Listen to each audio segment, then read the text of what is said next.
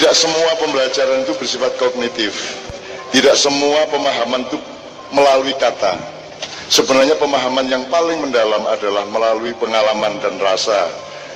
Tidak langsung Anda memahaminya, tapi dia menjadi file di dalam hati dan jantungmu. Suatu hari ketika engkau mengalami sesuatu, baru akan terbuka kemampuanmu yang baru yang tidak kamu sangka-sangka. Menurut sekarang saya tanya, Anda di kampus ini cari ilmu apa pengetahuan?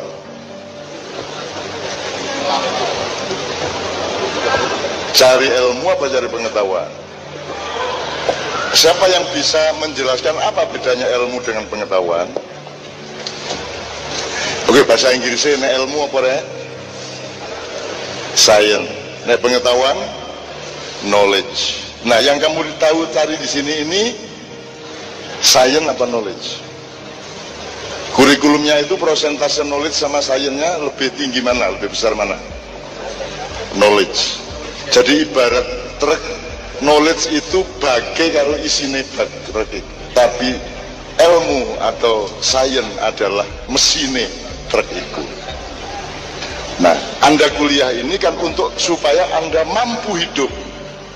Nah, kemampuan hidup itu terletak di mesinnya kehidupan, di mesinnya otak kamu dan di mesinnya rohani kamu. Tapi supaya mesinnya itu lengkap dan canggih, Anda membutuhkan bahan-bahan, pengetahuan-pengetahuan yang dimuat oleh baknya truk itu tadi. Di Indonesia tidak terlalu dibedakan antara ilmu dan pengetahuan, makanya disebut kenapa kamu sekolah? Dia mengatakan mencari ilmu pengetahuan. Loh, ilmu tak pengetahuan. Nah, metodologi itu ilmu, metode itu ilmu. Tapi kalau teks-teks wacana itu pengetahuan. Nah, saiki awak mulai ojo mek pinter sekolahan, yo pinter urip barang. Akeh wong pinter urip padahal gak pinter sekolahan, akeh wong pinter sekolahan gak pinter urip. Mergo nyambut gawe gak kabeh iso, dagang gak iso, dadi wong sing dipercaya wong yo gak iso, akhirnya nyalek. Job nyalek iku gampang, nek kono gak jelas penggaweane, nyacat-nyacat tok, polose-polose, ya, iku mergo sehari-hari ini nek dicolno dhewe gak iso urip dhewe. Dodol mie gak iso, ngojek isin, ngono sih. Nek sampean-sampean karo aku iki nyopir taksi gelem gak masalah aku. Ngojek aku cek gelem, cuman sing tak gonceng iki lho, ndredeg iki. Akhirnya saya numpak wewe gombel sesuai karo sundel bolong, ngono ya. Jelas ya? Nah, apa hubungannya puisi sama pengetahuan dan ilmu? Ada ilmu, misalnya Allah mengatakan wa 'allama Adam al-asma'a kullaha tsumma 'aradahum 'alal malaika. Ada yang bisa memberi terjemahan. Dan Allah mengajarkan kepada Adam tentang nama-nama. Tentang nama-nama. Kalau Anda baca terjemahan di Quran, tepat disebut dan Allah mengajarkan kepada Adam nama benda-benda. Sama delok Quran ini, nama benda-benda. Kira-kira di kalimatnya Quran itu ada nggak bendanya? Kan cuma tentang nama-nama tuh. Nah, menurut sampean Pak, iku jenenge apa maksudnya? Sing dimaksud sing diwurukno Gusti Allah nang Adam iku jenenge apa? Ilmu. Misalnya apa? Kasih contoh 3. Misalnya ya, nama tentang tadi disebut Lejanun, misalnya ada jati, ya, tumbuhan jati, ada terembesi, ya, ada kenongo. Ya, itu bukan ilmu Pak, itu pengetahuan. Tapi dari situ artinya apa? Kita sudah mampu mengidentifikasi. Gini Pak, nek aku nafsirno ya Pak ya, iki gak sampean gak salah. Salah bener iku sampean garo, aku garo. Sak karep sampean gawe sing ndi, aku gawe sing ndi, engko perlombaane ning ngarepe Gusti Allah. Jadi ojo nek aku nyalano sampean aku salah. Sampeyan yo jare nyalano aku sebab padha-padha gak ruwe. Sing mesti ruwe iku Gusti Allah. Jadi kita saling rendah hati, omongan sampeyan yo bener, cuman menurut aku gurung pas. Tapi sampeyan ojo berubah gak masalah. Menurut aku, lha apa Gusti Allah ngajarno iki besi, iki trembesi, iki kenongo. Wong jeneng iku mek perjanjian kok. Nang ana wong loro ta wong telu kok gawe perjanjian dhewe, iki anu erek iki disebut gregel, iki disebut watu. Tapi diwale gak masalah tuh. Nggak masalah. Gak masalah. Jadi Gusti Allah gak perlu ngajarno, itu cukup perjanjian antara uang. Yang diajarkan Allah menurut saya adalah fenomena-fenomena dalam kehidupan yang ada akan menjumpainya.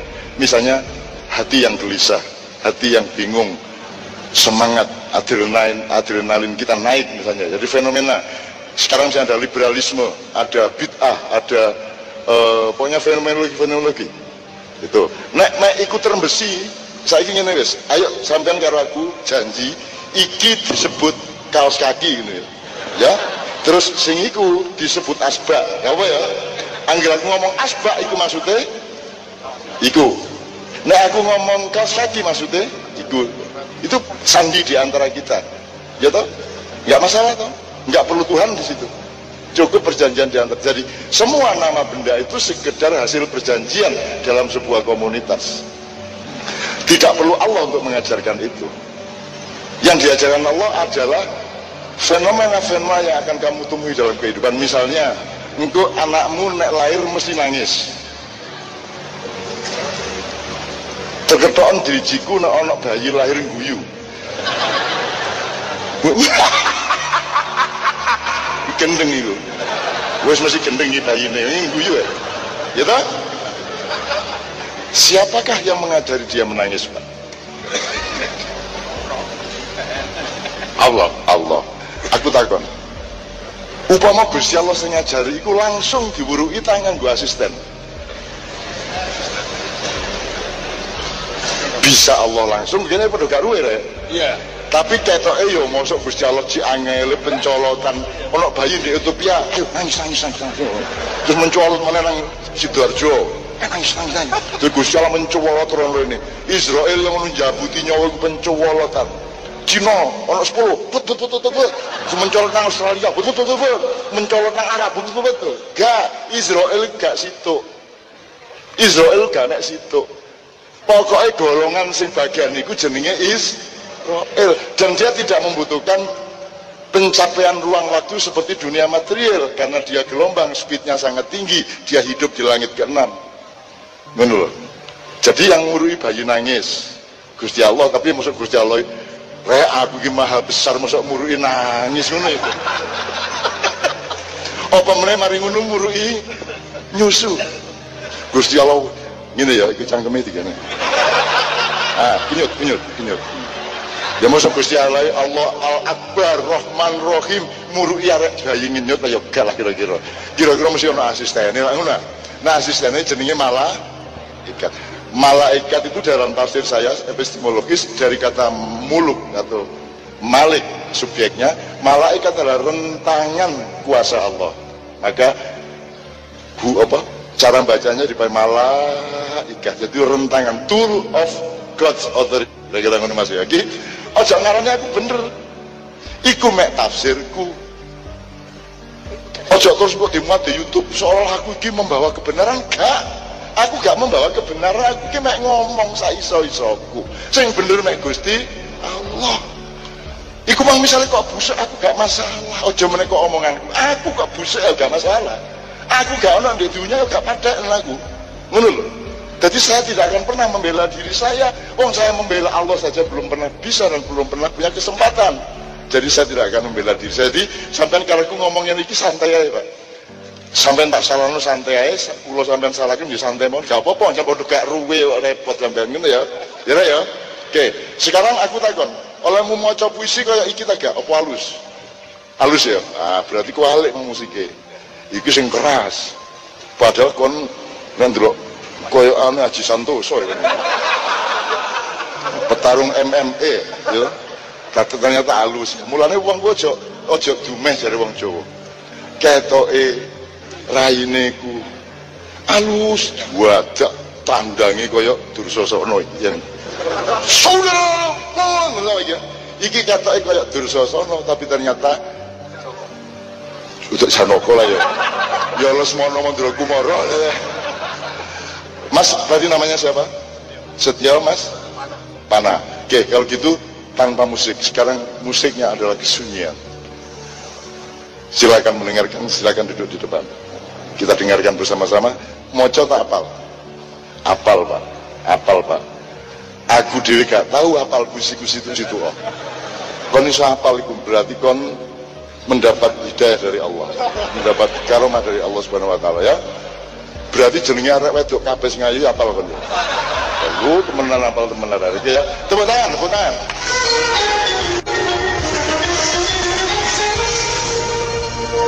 Assalamualaikum warahmatullahi wabarakatuh.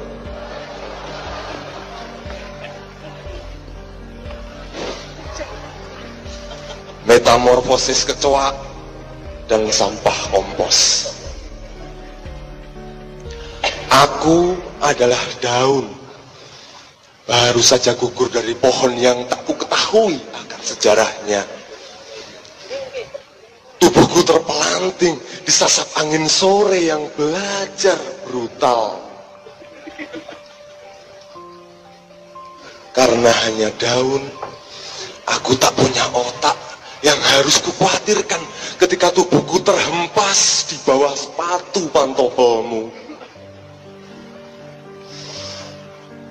Yang pertama peduli nasibku bukan pemuka agama yang alim klimis itu,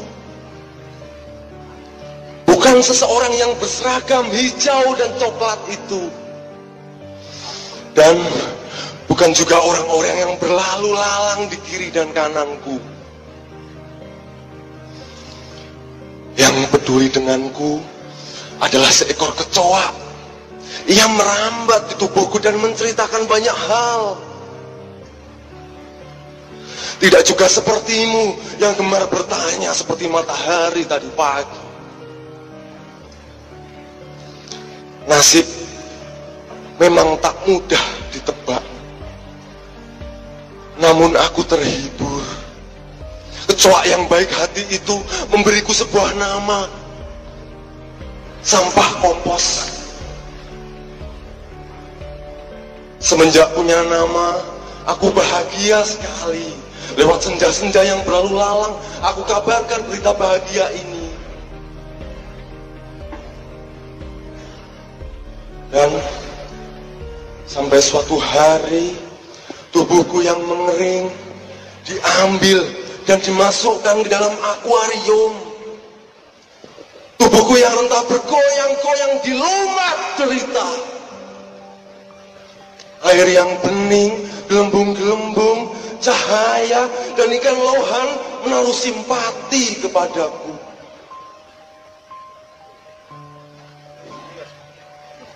Untuk kali terakhir, aku ceritakan kisah cinta kita kepada mereka.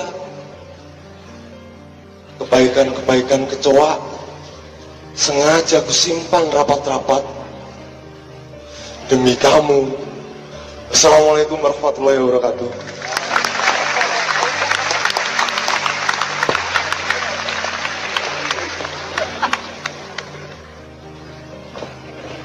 Nyun sewu Pak Rektor, sampai di sini ada yang mau merespon panjenengan atau menikmati saja anak-anak sampean kreatif luar biasa. Aku nyicil-nyicil cek eling ya. Tadi kan kita ngomong kebenaran. Tidak seorang pun dari hamba Allah ini kecuali Rasulullah Muhammad SAW ya, yang benar-benar yang benar-benar benar. Tapi kalau ini benar dalam pengertian sains itu gimana? Ya itu kan benar dengan catatan dalam kurung, tapi bukan benar-benar benar. Ini maksudnya benar relatif gitu aja. Benar kita benar relatif, jadi tidak usah medendeng di antara kita. Karena yang saya omongkan selalu saya katakan jangan percaya saya. Kalau saya kesini tujuannya supaya Anda percaya saya merugikan Anda. Saya kesini ini ikut mendorong supaya yang Anda percaya itu adalah pemilik kebenaran mutlak, yaitu Allah Subhanahu wa taala. Supaya nek ngalami apa-apa kudu yakin nek karo kasih sayangnya Allah, cek oleh solusi temenan. Nek kon yakin karo aku, benerno aku iso nulung kawan ta. Gak iso. Gurung karuan aku iso nulung. Gitu loh. Jadi Pak, iki nek gawe menara arek nom sampean gak perlu ngene iki jadi. Ono telung kebenaran apa rek? Bendere dhewe. Nah, ngomong sampean bener sampean dhewe, ngomongku benerku dhewe. Dan ini gak bisa dijamin belas. Satu-satunya jalan adalah tawaduk satu sama lain. Yes, muga-muga sampean sing bener, sampean yang ngomong yes, muga-muga sampean sing bener. Jangan ya. Jangan ya. Nah, posisi manusia itu tidak di adalah. Posisi manusia itu adalah di semoga. Posisi manusia tidak di pasti tapi di insya Allah. Jelas ya? Posisimu itu insya Allah. Jadi insya Allah seumur hidup ya insya Allah dok. Dan semoga muga-muga sapa roh kali diubek sapa rono aki langsung saiki wae Pak wis jumblung-jumblung ngene sapa rono aki kan itu. Karena posisi manusia itu semoga dan insya Allah. Nah, bendere dhewe. Nek bendere dhewe iki dipertahankan mati-matian mesti gelute, mesti konflik. Maka kita mencari bersama bendere wong benernya orang banyak, kebenaran kolektif itu pun relatif. Bener kolektifnya Golkar tidak sama dengan bener kolektifnya PDIP, juga kelompok-kelompok yang lain.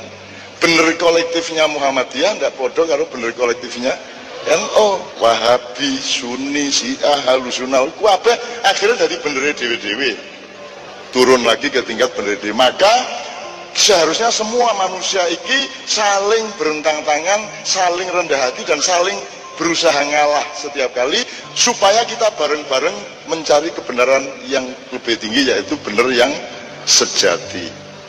Nah, benar yang sejati itu gak ketemu-ketemu ya. Maka kewajiban manusia bukan memakrifati kebenaran yang sejati, tetapi tidak berhenti mencari kebenaran yang sejati. Gak tahu laren Bapak. Mulanya apa sebabnya? Kita selalu tiap hari tersesat terus. Sedino minimum ping 5, bahkan ping 17. Maka Tuhan menyediakan solusi.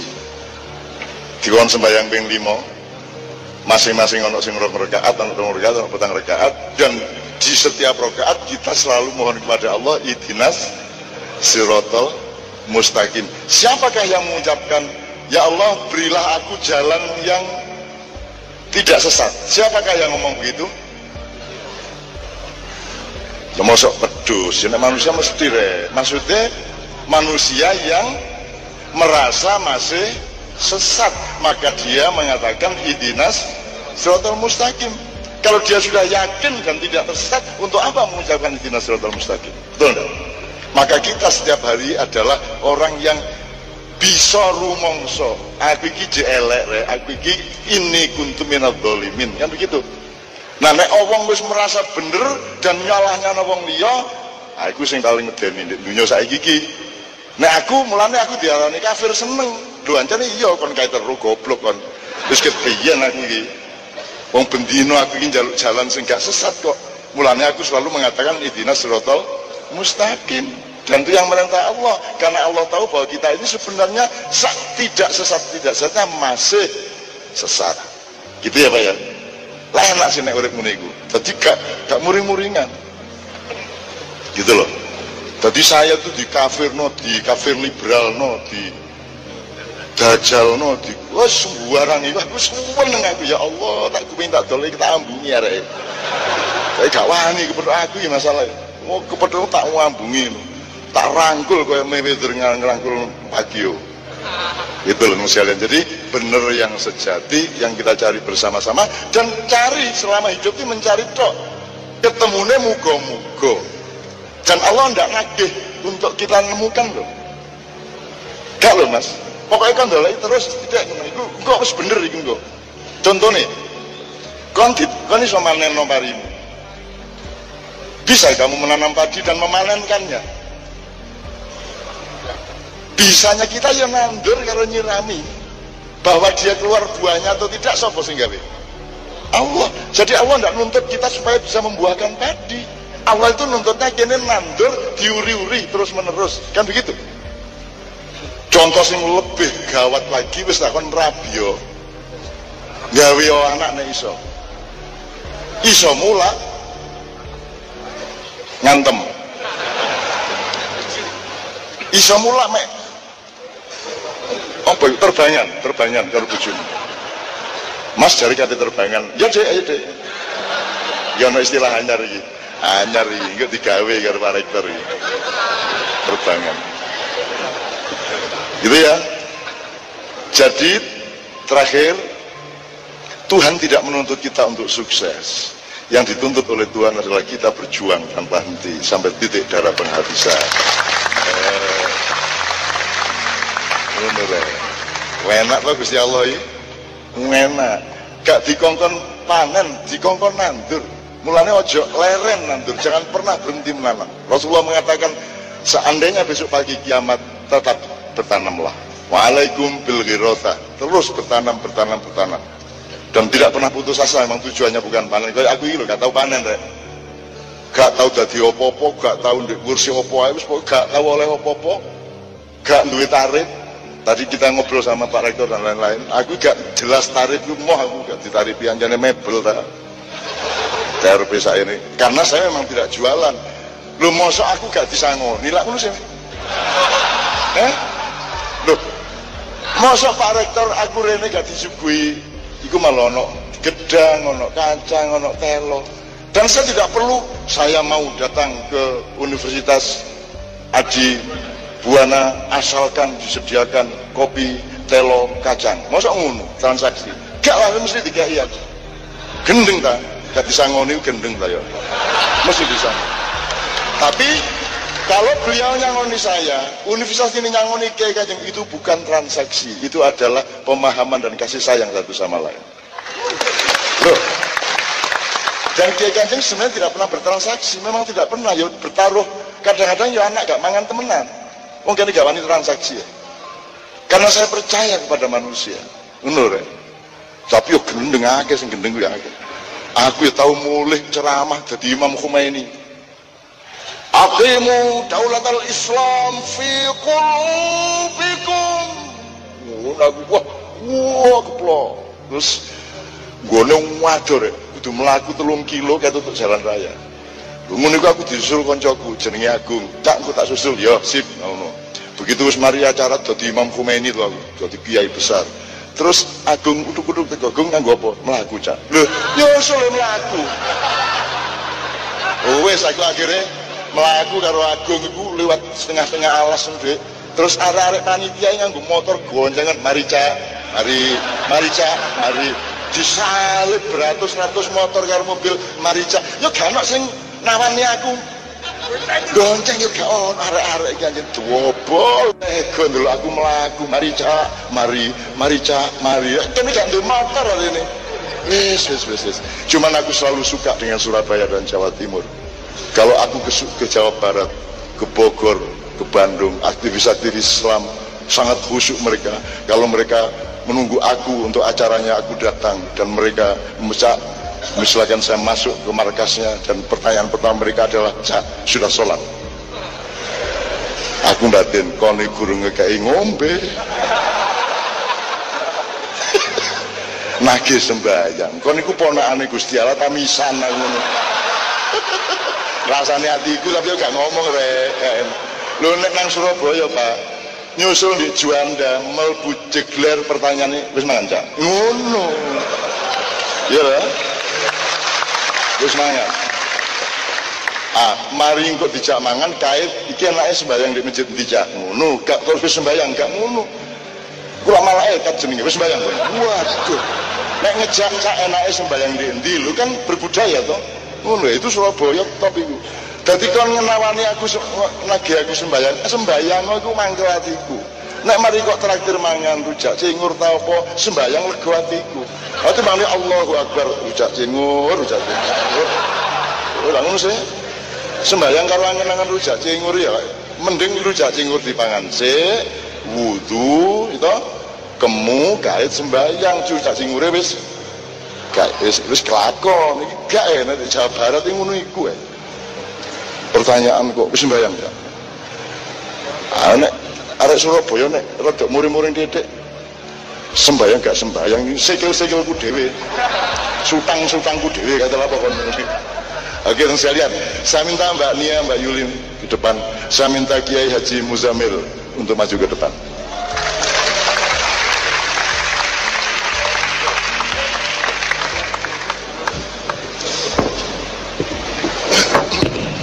Mbak Nia sini, Mbak Nia agak sakit gigi tapi insya Allah tetap bisa melantunkan sholawat. Mbak Nia ini saking berangkal sasab tapi punya rumah di Mojokerto. Bersama datang ke sini bersama Mas Ipung, suaminya Mbak Nia, anaknya tiga. Kayak Pak Muzamil ini calon ketua Tanfidiyah Nahdlatul Ulama Pusat beberapa periode lagi. Sekarang dia ketua Bahsul Masail NU Daerah Istimewa Yogyakarta. Dan dengan bermaiyah seperti ini, satu-satunya Kiai NU sing takjak tabrakan karo macam-macam keadaan. Biasanya Kiai NU lah ketemunya santri-santri iki gak buwun dino kepethuk ora, kepethuk gento, kepethuk wah syahar-haruan, sehingga dia berpengalaman dan akan menjadi pemimpin umat yang sangat matang. Amin ya rabbal alamin. Ya. Mbak Nia, saya mohon untuk melantunkan yang ini. Jadi Anda tahu ya, orang sastra tahu Pak Zawawi Imron? Tahu ya? Nah, beliau seorang penyair yang disebut penyair celurit emas. Beliau sebenarnya tadi malam ada di sini, cuman saya tidak tahu, baru tahu. Seandainya ada, saya akan juga mohon beliau di sini, tapi karena tidak secara teknis tidak mungkin. Pak Zawawi itu memberi Kiai Kanjeng satu sedekah yang berupa sholawat. Jadi di Sumeneb itu, beliau kan di mana rumahnya, di Tangbatang ya, Tangbatang itu Toronto barang itu ya, Toronto. Jadi Pak Muzamil orang Madura itu jualan sate sampai ke Kanada, dan sampai di sana dia orang Madura bikin kota yang namanya Ronto, tapi karena yang bikin orang Madura menyebutnya Toronto. Bahkan orang Madura dulu masuk ke Mojopahit dan mengusulkan sumpah lapa-lapa. Karena yang membaca, yang punya ide orang Madura, mojonya lagi sumpah lapa. Aslinya teksnya itu lapa. Ngono rek Madura itu. Bukan nyeneng nama Madura ya. Ini gak apa-apa ya, telat-telat sedikit ya mulia ya. Jadi ini sama ini orang Madura ini hati-hati sama dia. Dia tidak akan pernah mundur kalau dia sudah yakin sesuatu. Ya toh? Tidak ada urusan, pokoknya yakin ditabrak. Iya Pak Muzamil. Aja wani ketoke cilik. Celurite iku melengkung deh.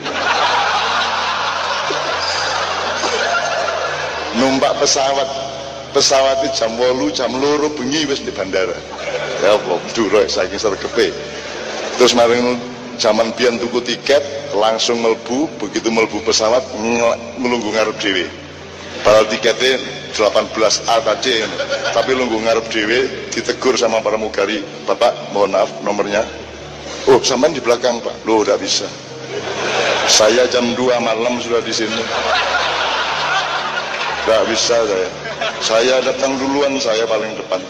Itu sudah rumus di seluruh alam semesta. Tidak bisa Pak, tapi nomor Bapak di belakang. Tidak bisa, saya jam 2 malam pokoknya diubolan baleni. Akhirnya ono wong liwat, ada apa nih Pak kok rame bu? Ini loh Pak, kursinya di belakang, temonya di depan. Oh, terus diparani karo wong divisi, melawayu nang buri deh. Pramugari ini kaget tuh, Pak kok mau dia ke belakang? Loh enggak, saya bilang, saya tanya Bapak mau kemana? Surabaya. Oh yang depan ini ke Medan Pak.